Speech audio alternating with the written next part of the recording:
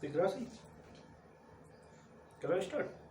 ठीक, देखो 12th class के सभी विद्यार्थियों, आज हम ट्रिग्नोमेट्री का पाठ खत्म करके ट्रिग्नोमेट्री के अनुप्रयोग चैप्टर की ऊंचाई दूरी को हम स्टार्ट करने जा रहे हैं। सबसे पहले हमें ये पता होना चाहिए ऊंचाई दूरी होती क्या है। ठीक है, ऊंचाई दूरी होगी क्या। देखिए ऊंचाई दूरी में क्या होगा, मान लीजिए कोई खंबा है, मीनार है।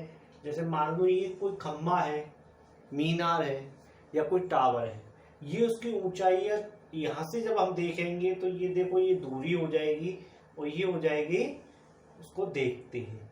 ठीक है ना, देखा हमने यहाँ से, तो ये कितने का कोण बना रहा है, तो देखो ये तो हो जाएगी ऊंचाई और ये हो गई दूरी। ठीक है ना, और ये कोण बन गया उसका थीटा। तो लेकिन सबसे पहले हमारे हाइट एंड डिस्टेंस ऊंचाई दूरी में हम बात करेंगे 3 बिंदुओं की। 3 बिंदु कौन कौन से हैं? देखो ऊंचाई दूरी के फर्स्ट बिंदु है दृष्ट रेखा, सेकंड है क्षैतिज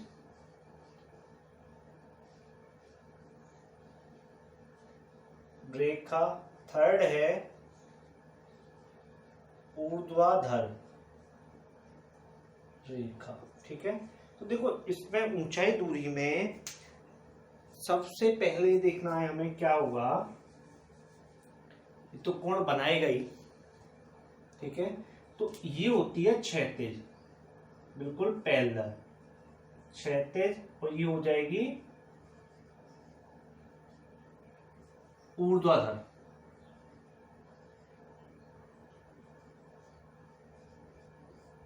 और ये होती है दृष्ट रेखा। इसका मतलब क्या? देखना। दृष्ट रेखा का मतलब होता है देखना। तो सबसे पहले इससे बोलेंगे हम आधार,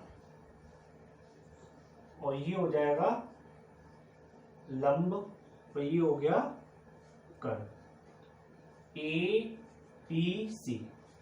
अब इसमें बात आती है इसके दो कोण बनेंगे, उन्नयन और अवनयन। उन्नयन कोण किसे कहेंगे हम इसमें से, और अवनमन कोण किसे कहेंगे। ठीक है ना, उन्नयन और अवनमन।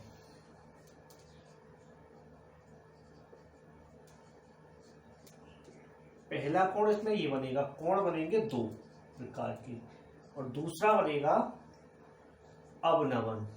ठीक है, एक हो गया उन्नयन और दूसरा हो जाएगा अवनमन।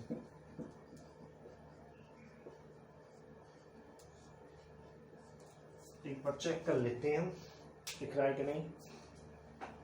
दिख रहा है, चलिए देखिए अब उन्नयन और अवनमन क्या होगा इसमें, ये बात आती है।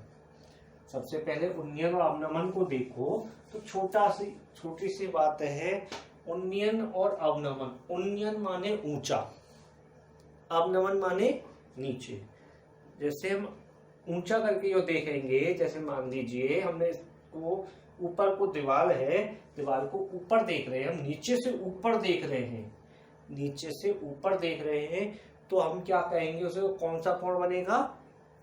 उन्नयन कोण। जैसे मान लो ये एक मीनार हो गई, ये क्या हो गई, मीनार हो गई या एक खंबा है, तो यहां से हम एक अपनी यहां खड़े हुए हैं, अपनी आंख से यहां देख रहे हैं, ये देखा हमने इस कोने को, तो जो ये कोण बना, ये हो गई दूरी, जो कोण बनाएगा वो कहलाएगा उन्नयन कोण।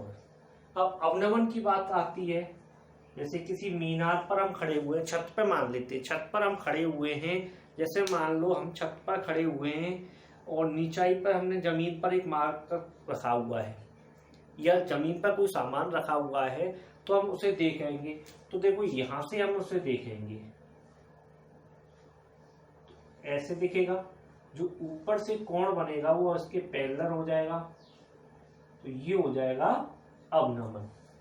ठीक है, सिंपल सी बात है, जिसमें हम किसी चीज को देखते हैं जिसमें आंखें नम हो जाएंगी, नम माने नीचे झुकना पड़ेगा, तो उसे कहेंगे अवनमन। और ऊंचा, उन्नयन, उन्नयन सीधा सा मतलब आ रहा है ऊपर, ऊंचा, तो उसे कहेंगे अवनमन कोण। ठीक है, अब बात करते हैं कि इसके 3 बिंदुओं पे रहेंगे। अब ये चीज हमें पता चल गई, अवनमन और उन्नयन।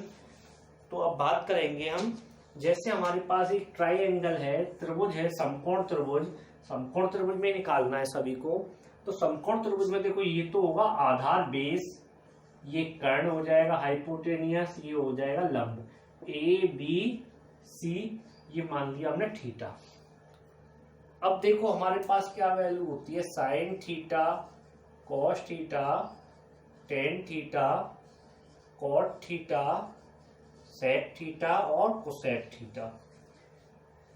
केवल हम ये उनके उल्टे हैं, इनका यूज नहीं करते हैं हम इसमें, केवल इन 3 पार्टों का हमें यूज करना है। बात समझ में आ रही है? तो सबसे पहले देखो, जब हमारे पास साइन के बराबर क्या होगा, लंब अपॉन कर्ण, आधार अपॉन कर्ण और लंब अपॉन आधार। ये देखना है क्वेश्चन में हमें दे क्या रखा है, उसी के हिसाब से हम फॉर्मूला पुट कर देंगे। साइन दे रखा है, लंब अपॉन आधार दिया हुआ है, वो पूछता है, कर्ण पूछता है, बीच का कोण दे रखा होगा। तो हमें साइन लगाना है, कॉस लगाना है या टेन लगाना है। ठीक है, केवल हमें 3 चीजों का यूज इसमें करते चले जाना है। क्लियर बात? ठीक है बच्चों, तो अब एक्सरसाइज पे आ जाते हैं। एक्सरसाइज 9.1 का पहला क्वेश्चन है। एनसीईआरटी चल रहा है, क्वेश्चन आप लोग बुक से नोट करना, मैं केवल पढ़ रहा हूँ। क्वेश्चन कह रहा है, संलयन आकृति में सर्कस, ये कह रहा है संलयन आकृति में सर्कस का एक कलाकार 20 मीटर लंबी दूरी पर चढ़ रहा है। ध्यान से सुनना,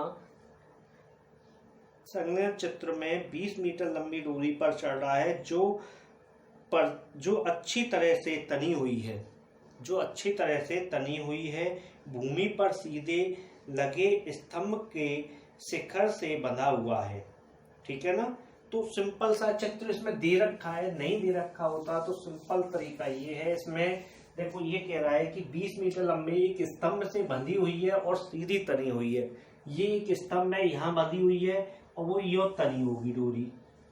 बात समझ में आ रही है? तो ये दूरी जो तनी होगी तो ये क्या हो जाएगी, ये यहाँ से यहाँ तक की इसकी दूरी हो जाएगी, ये है 20 मीटर, ए बी सी। फिर उसके आगे क्या कहता है, तनी हुई है, भूमि पर सीधे है, बंधी हुई है, यदि भूमि के साथ दूरी द्वारा लगाया गया कोण 30 डिग्री हो तो स्तंभ की ऊंचाई ज्ञात कीजिए। ये कोण दिया हुआ है 30, हमें ऊंचाई ये वाली फाइंड करनी है।